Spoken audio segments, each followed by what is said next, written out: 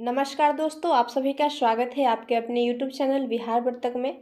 दोस्तों, आज हम लोग देखने वाले हैं मैथ पेडागोजी, जो 15 नंबर का पूछा जाता है आपके सीटेट एग्ज़ाम में। मैथ के पेपर में हम लोग 15 नंबर को कंप्लीट करेंगे आज।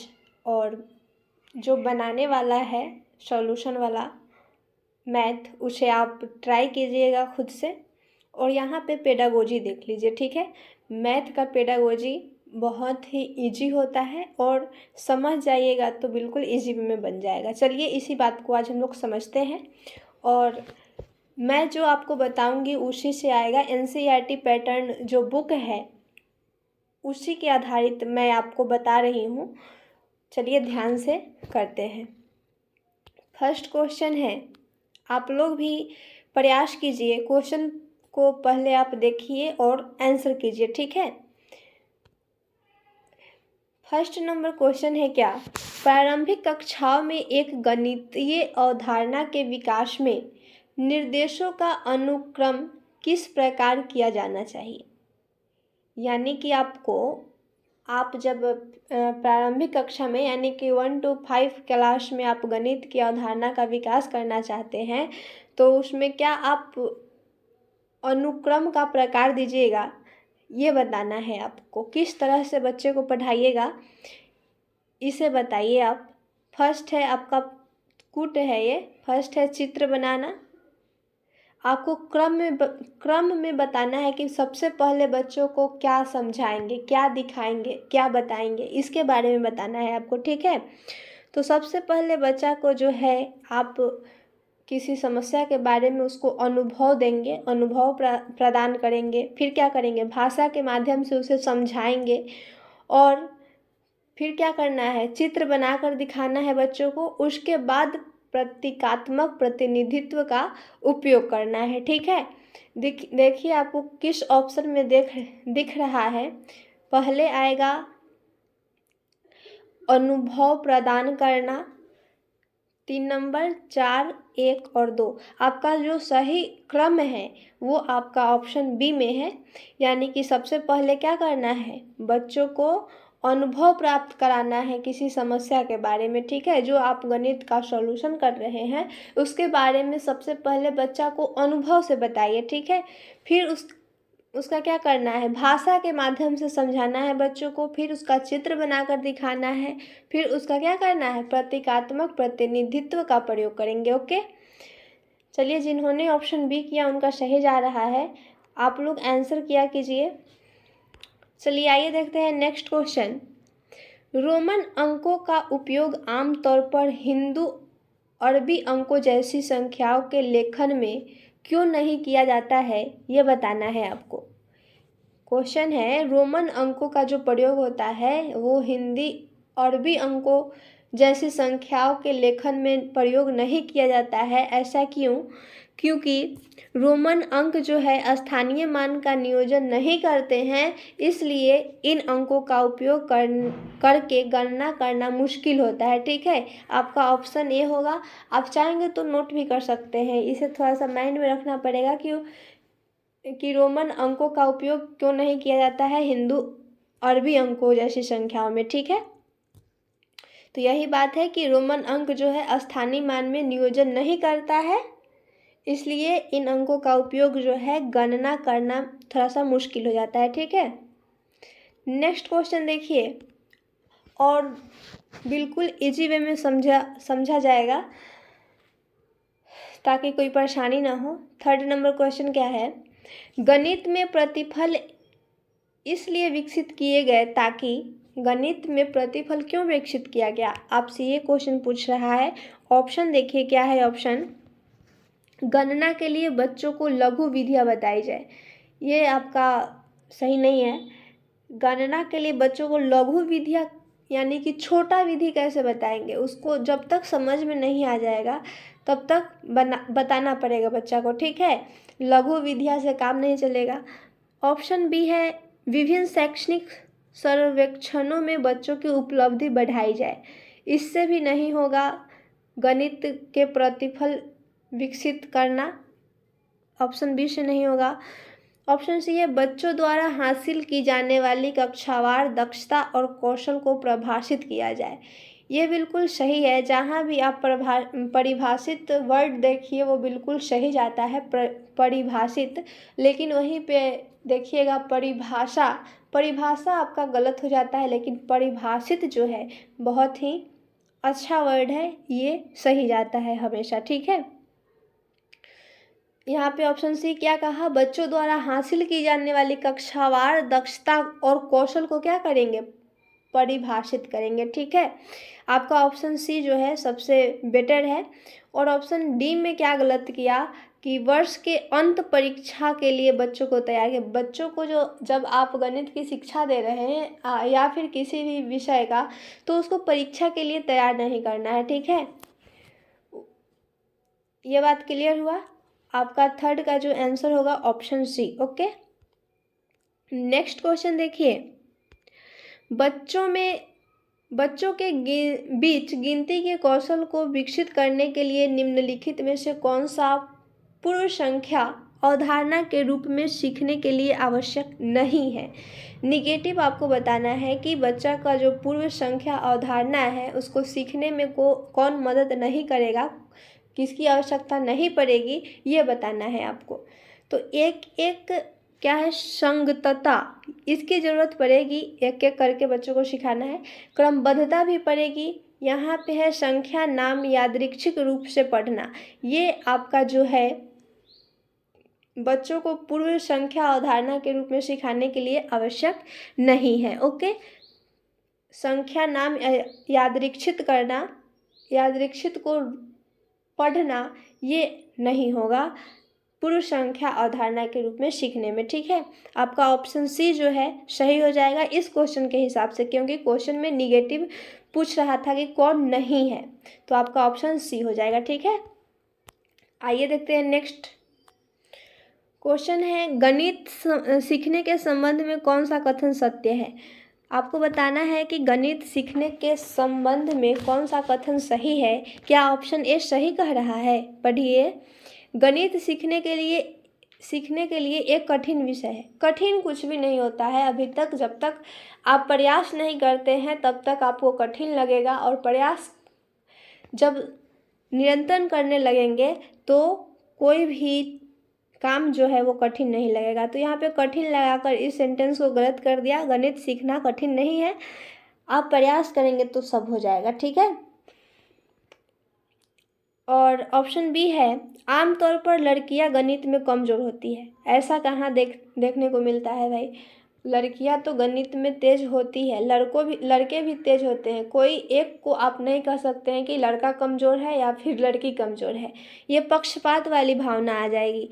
ऐसा नहीं करना है। ठीक है, और ऑप्शन सी है, हर कोई गणित सीख सकता है। बिल्कुल सही बात है, सभी कोई गणित सीख सकता है, इसमें कोई दिक्कत नहीं है।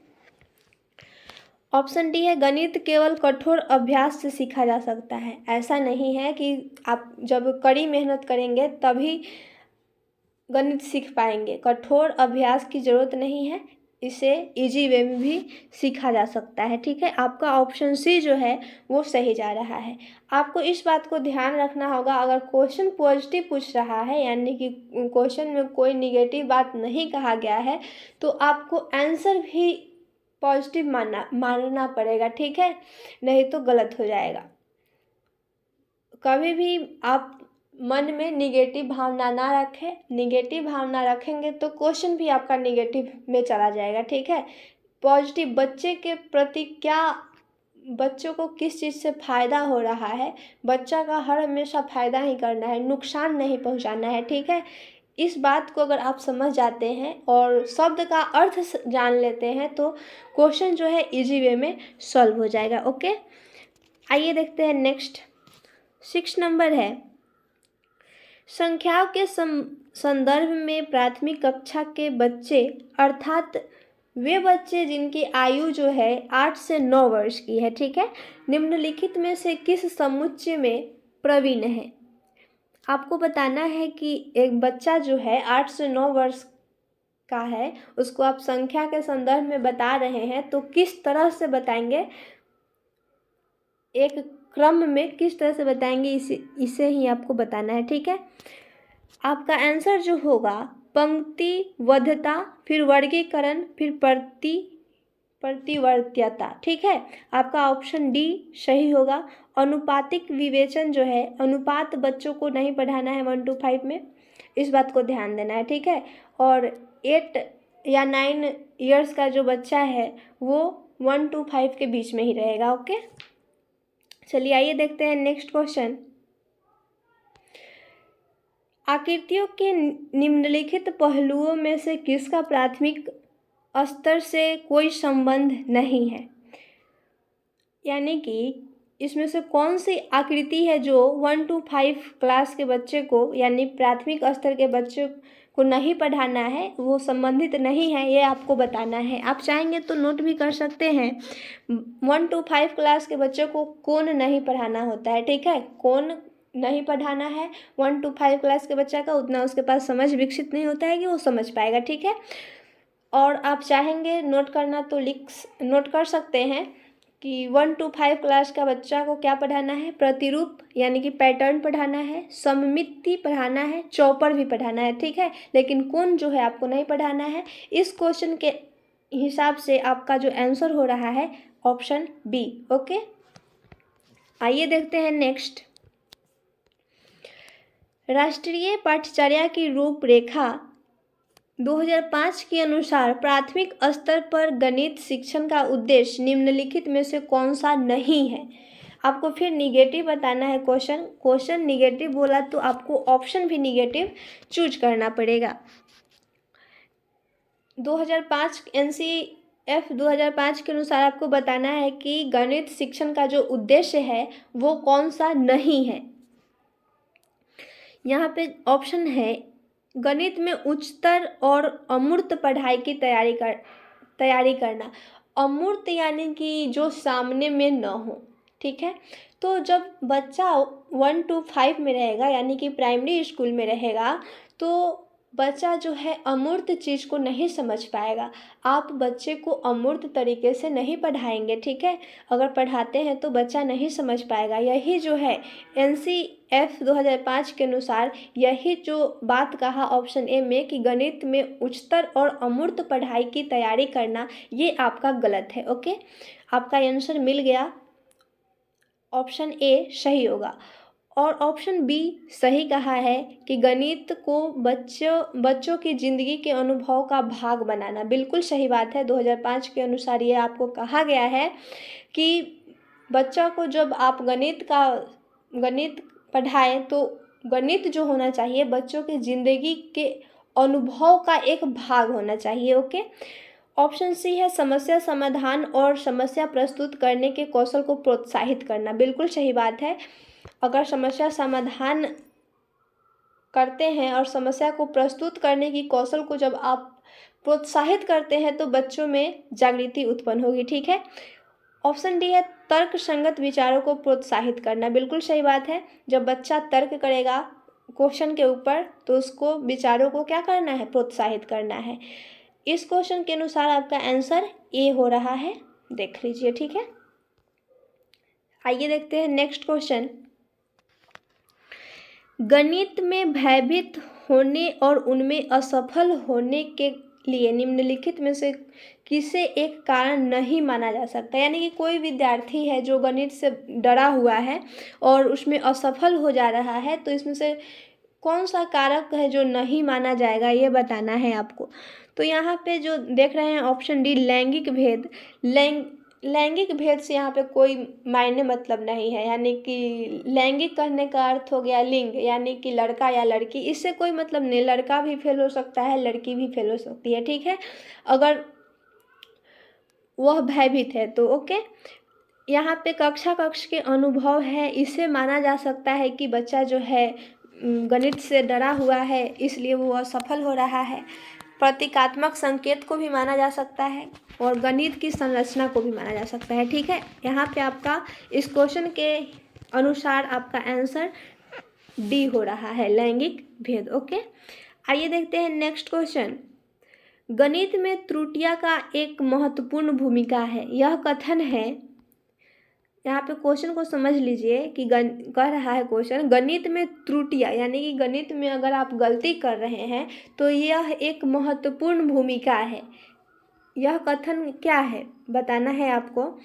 गलत है, क्योंकि गणित में त्रुटियां का कोई स्थान नहीं है। ये बात आपका बिल्कुल गलत बोला। जब बच्चा गलती करेगा ही नहीं तो सीखेगा कैसे? सभी कोई तो गलती करके ही सीखता है, नहीं? तो यहाँ पे कह रहा है कि गलत है, क्योंकि गणित त्रुटियों का कोई स्थान नहीं है। ये आपका बात यहाँ पे गलत हो रहा है, ठीक है। यहाँ पे भी बोला गलत है, इसे भी कट कीजिए। और ऑप्शन सी को देखिए, सही, क्योंकि यह बोध कराती है कि बच्चे की गणित की अवधारणा किस प्रकार रचना करते हैं। बिल्कुल सही बात है। जब बच्चा गणित में कोई त्रुटि कर रहा है तो यह एक महत्वपूर्ण हिस्सा है। क्यों?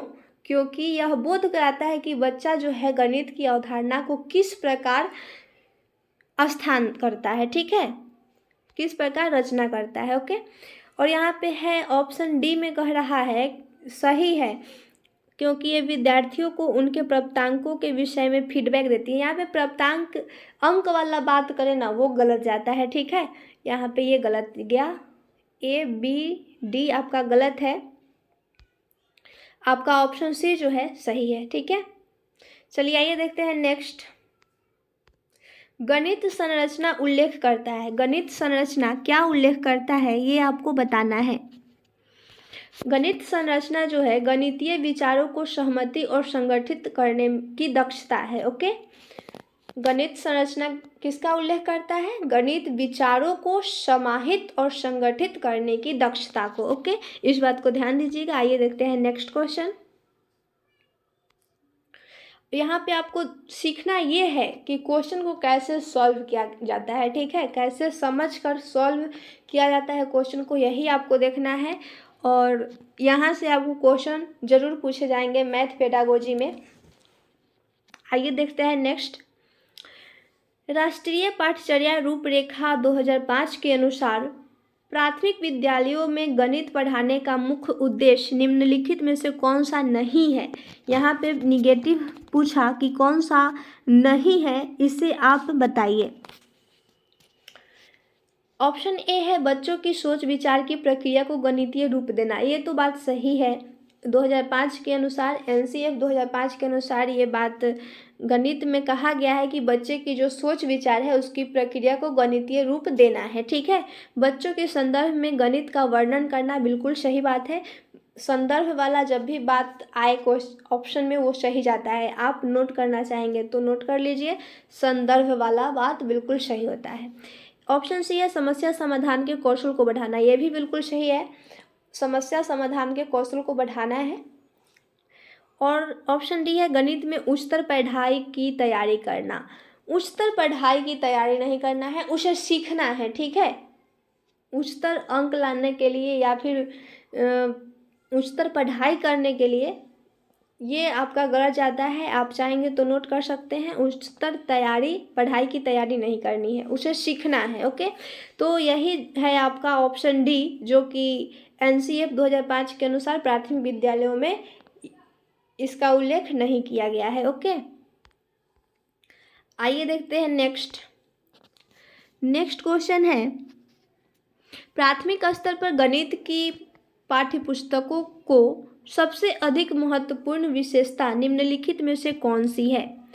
आपको ये बताना है कि प्राथमिक स्तर पर गणित की जो पाठ्यपुस्तक का सबसे महत्वपूर्ण विशेषता है वो कौन सी है, ये बताइए आप। ऑप्शन ए है संकल्पनाओं को उच्चतर कक्षाओं से संबंध जोड़ा जाना चाहिए। उच्चतर वाला जब भी बात करें आपका 1 to 5 के लिए तो गलत जाता है, इस बात को आप नोट कर सकते हैं। यहाँ पे है संकल्पनाओं को जटिल से सरल रूप में प्रदर्शित किया जाना चाहिए। देखिए 1 to 5 में आप जटिल से सरल नहीं पढ़ाएंगे, सरल से जटिल पढ़ाएंगे। पहले बच्चा को आसान चीज़ सिखाएंगे, तब ना थोड़ा थोड़ा करके जटिल प्रश्न पर जाएंगे। तो यहाँ पे जटिल से सरल किया, इसलिए आपका ऑप्शन बी गलत जा रहा है। ऑप्शन सी है संकल्पनाओं को पूर्णतः श्रेणीबद्धता में प्रस्तुत किया जाना चाहिए।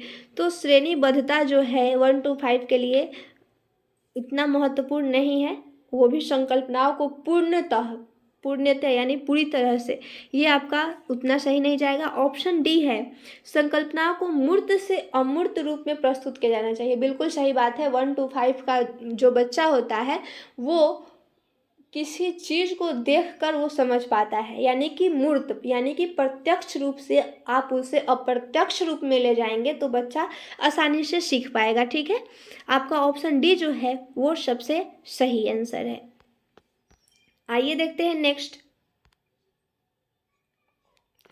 क्वेश्चन है, कक्षा 1 और 2 के गणित शिक्षण और अधिगम के लिए निम्नलिखित में से कौन सा सही है। बताना है आपको कक्षा 1 और 2 के गणित शिक्षण के अधिगम के लिए कौन सा सही है, ये बताइए आप। ऑप्शन ए है, देख लीजिए, कूट तो नहीं है, नहीं है, कूट नहीं है। आप लोग आंसर कीजिए, ऑप्शन पढ़िए और आंसर कीजिए। कक्षा 1 और 2 के लिए आपको बताना है गणित शिक्षण के अधिगम के लिए कौन सा महत्वपूर्ण है। तो ऑप्शन देखिए, ए है, अभ्यास के लिए बहुत अधिक अवसर उपलब्ध कराए।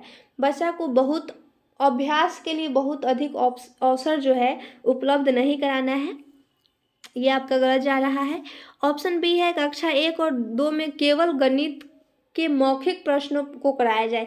केवल वाला बात गलत होता है, मैं बार बार आपको बताती हूँ, आप चाहेंगे तो नोट कर सकते हैं। सिर्फ एक ही चीज़ पे आपको अडिग नहीं रहना है, ठीक है। ए बी आपका गलत जा रहा है। देखिए सी और डी में कौन सा आंसर हो रहा है। सी है, गणित की अन्य विषयों जैसे कि भाषा, कला इत्यादि से समाकलन किया जाना चाहिए। बिल्कुल सही बात है। आप प्राइमरी क्लास यानी 1 to 5 क्लास के बच्चे को गणित जब पढ़ाएंगे तो उसको अन्य विषयों से, जैसे कि भाषा के माध्यम से, कला के माध्यम से आप उसे कनेक्ट करके बता सकते हैं, ठीक है। ये बहुत ही बेटर जाएगा। और ऑप्शन डी कह रहा है, कक्षा 1 और 2 में गणित नहीं पढ़ाया जाना चाहिए। बिल्कुल गलत कहा।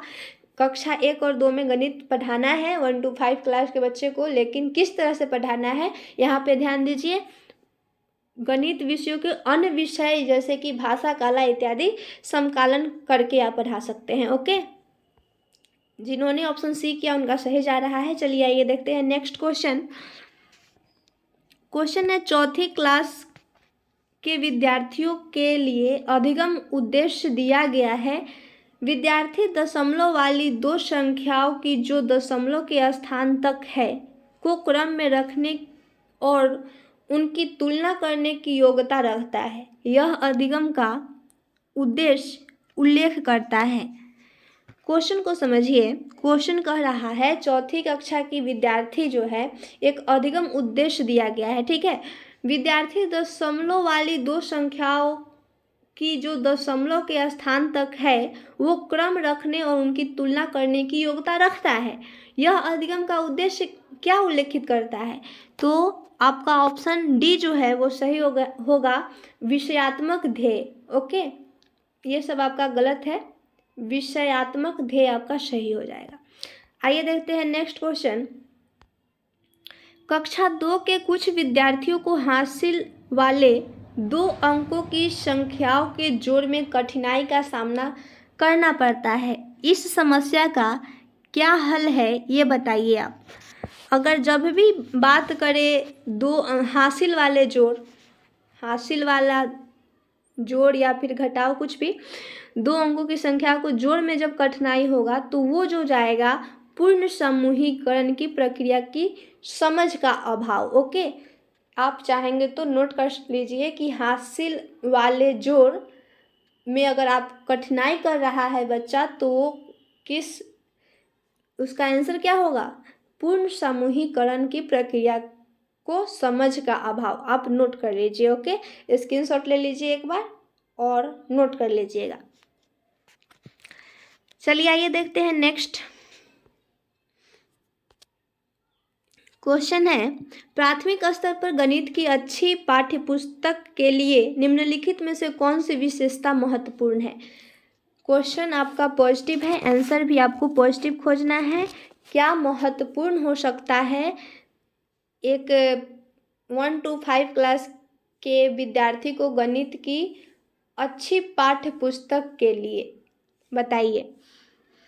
इसमें अवधारणाओं को परिचय संदर्भों द्वारा दिया जाना चाहिए। बिल्कुल सही बात है, मैं अभी अभी आपको बताई हूँ, जहाँ भी आप संदर्भ देखिए वो आपका बेटर आंसर होता है, उसे ही चूज कीजिए। ओके, संदर्भ वाला बात सही होता है।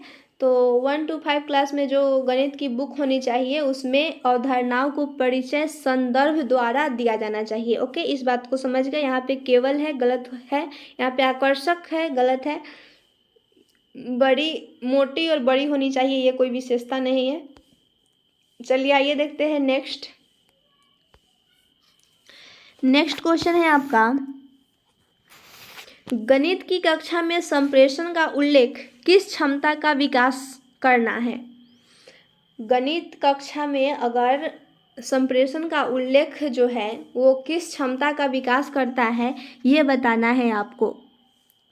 तो ये जो है गणित संप्रेषण का विकास ये करता है गणितीय विचार को सुव्यवस्थित, संचित और स्पष्ट करना। ओके, गणितीय विचार को क्या करना है, सुव्यवस्थित करना है, संचित करना है और स्पष्ट करना है। इस बात को चाहेंगे तो नोट कर सकते हैं। गणित की कक्षा में संप्रेषण का उल्लेख जो है वो है गणितीय विचार को सुव्यवस्थित करना, संचित करना और स्पष्ट करना। आपका ऑप्शन डी जो है सही जा रहा है। आइए देखते हैं नेक्स्ट क्वेश्चन है, राष्ट्रीय पाठ्यचर्या रूपरेखा 2005 की सिफारिश करती है कि प्राथमिक स्तर पर गणित की शिक्षा का केंद्र होना चाहिए। यानी कि आपको बताना है NCF 2005 के अनुसार कि प्राथमिक स्तर पर गणित की जो शिक्षा केंद्र है वो कैसा होना चाहिए, आपको ये बताना है। तो आइए डायरेक्ट आंसर पे हम लोग आते हैं।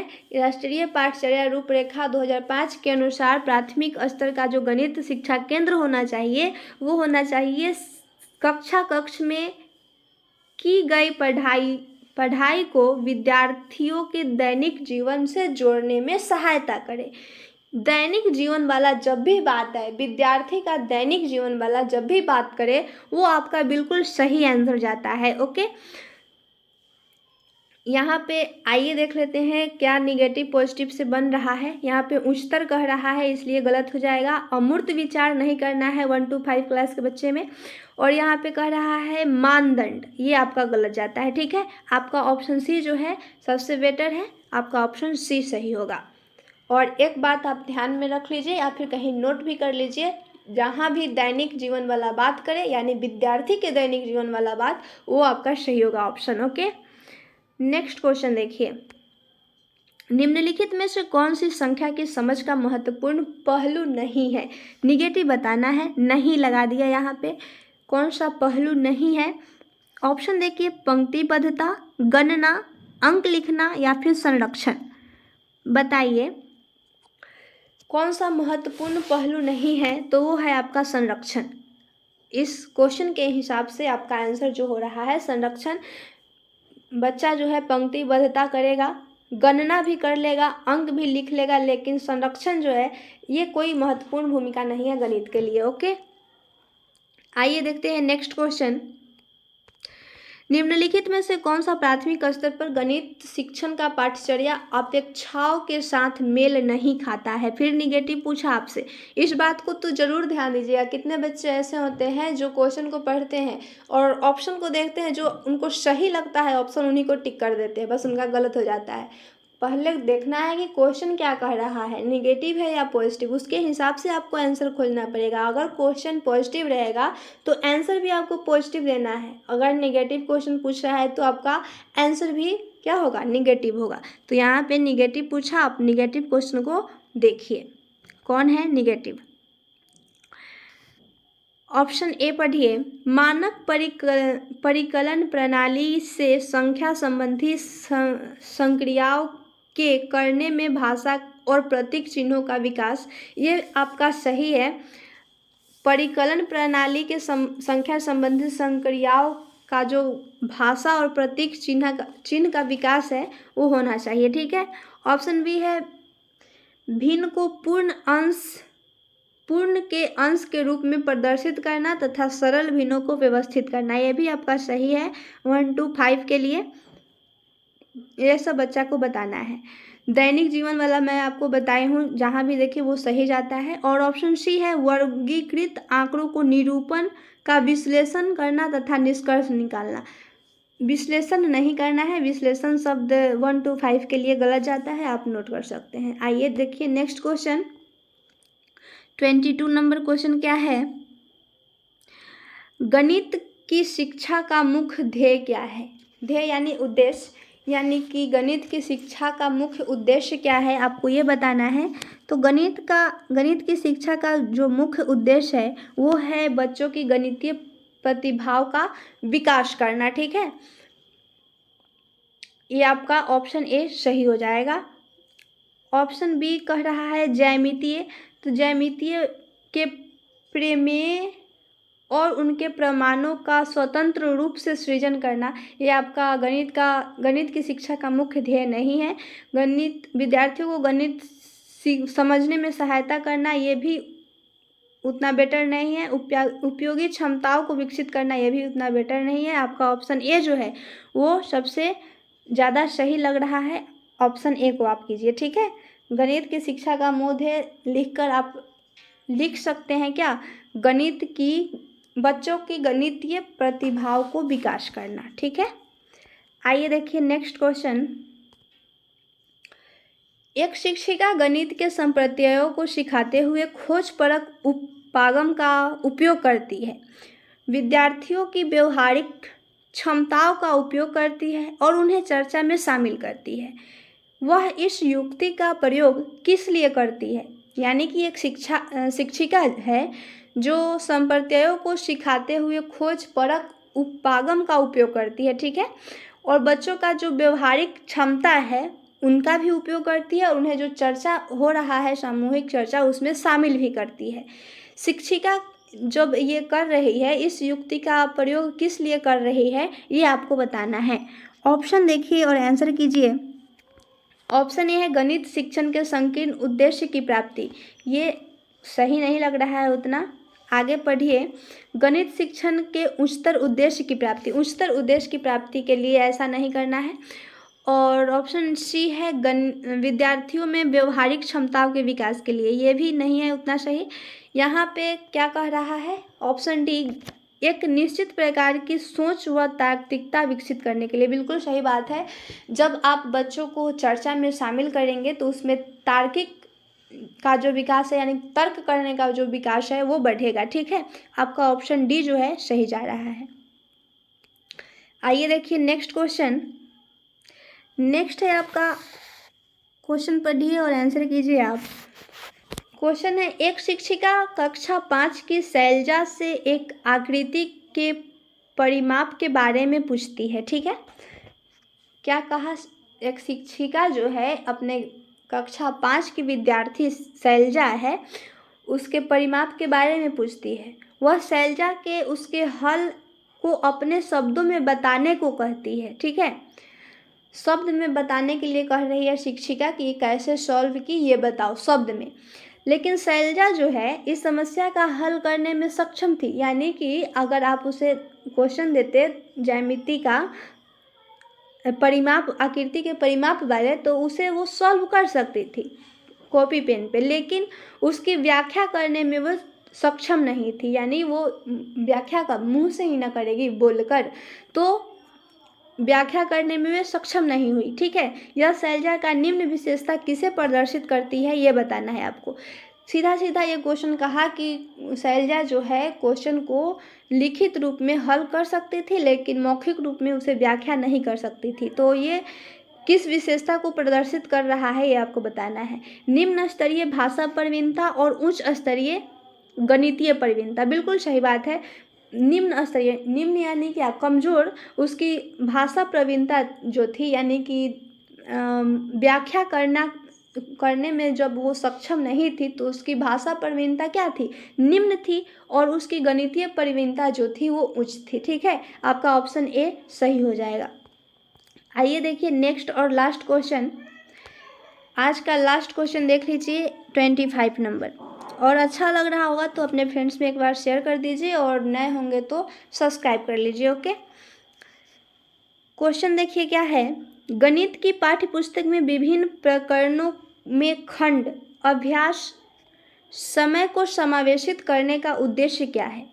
आपको ये बताना है कि गणित की पाठ्य पुस्तक में विभिन्न प्रकारों की जो खंड होती है, अभ्यास होता है, उसे समावेशित करने का क्या उद्देश्य है वो बताना है आपको। तो इसका जो उद्देश्य है वो विस्तृत अधिगम अवसर प्रदान करना है। ठीक है, आनंद और मस्ती प्रदान, ये वाला बात गलत होता है। और दैनिक दिनचर्या में बदलाव कर रहा है, यहाँ पे दैनिक है लेकिन बदलाव दे दिया, दैनिक दिनचर्या में बदलाव, ये आपका गलत हो जाएगा। बदलाव वाली बात नहीं करना है, वो भी दैनिक दिनचर्या में। और यहाँ पे समय का बेहतर सदुपयोग सुनिश्चित करना, ये भी आपका सही नहीं जाएगा। आपका ऑप्शन ए जो है, गणित की पाठ्य पुस्तक में खंड अभ्यास समय को समावेशित इसलिए किया गया है ताकि विस्तृत अधिगम का अवसर प्रदान कर सके। ठीक है, आपका ऑप्शन ए सही हो जाएगा। 25 क्वेश्चन आपका क्लियर हो चुके। आप चाहेंगे तो नोट भी बना सकते हैं, बहुत ही इजी है। और पेडागोजी का क्लास ऐसे ही आपका चलेगा। और नेक्स्ट जो क्लास होगा वो 26 नंबर से 50 तक जाएगा क्वेश्चन, 25 क्वेश्चन फिर अगले वीडियो में अब मैं आपको पेडागोजी का बताऊंगी। और इसी तरीके से बेहतरीन तैयारी के लिए आप मेरे चैनल से कनेक्ट हो सकते हैं। अच्छा लगता होगा तो अपने फ्रेंड्स में शेयर कर दीजिए, सब्सक्राइब कर लीजिए और लाइक भी कर दीजिए। मिलते हैं नेक्स्ट वीडियो में। जय हिंद।